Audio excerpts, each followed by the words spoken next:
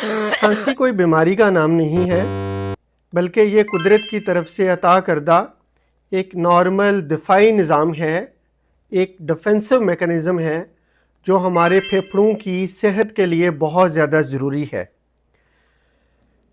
ہوتا کیا ہے کہ جیسے ہی کوئی بیرونی ذرہ جیسے دھول، دھواں، مٹی یا سانس کی نالیوں کے اندر کوئی سوزش ہو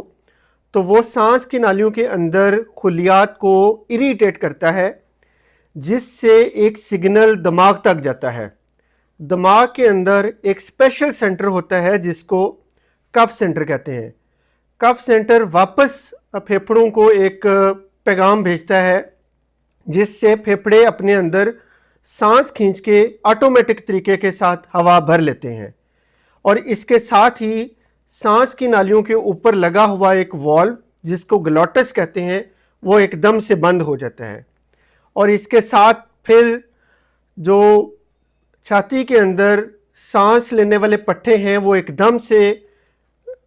چھاتی کو پریس کرتے ہیں، نیچے سے ڈایافرام پریس کرتا ہے جس سے چھاتی کے اندر ایک دم سے پریشر بڑھ جاتا ہے، اور اس پریشر کے ساتھ جو اوپر وال پہلے بند ہو گیا تھا وہ ایک دم سے اوپن ہو جاتا ہے، اور جیسے ہی اوپن ہوتا ہے تو ساتھ ہی کھانسی کی آواز آتی ہے، اور یہ اتنا زبردست زوردار دھماکہ ہوتا ہے۔ اس میں ہوا کی رفتار 160 کلومیٹر پر آور سے بھی زیادہ ہوتی ہے، اور یہ اتنی شدید ہوتی ہے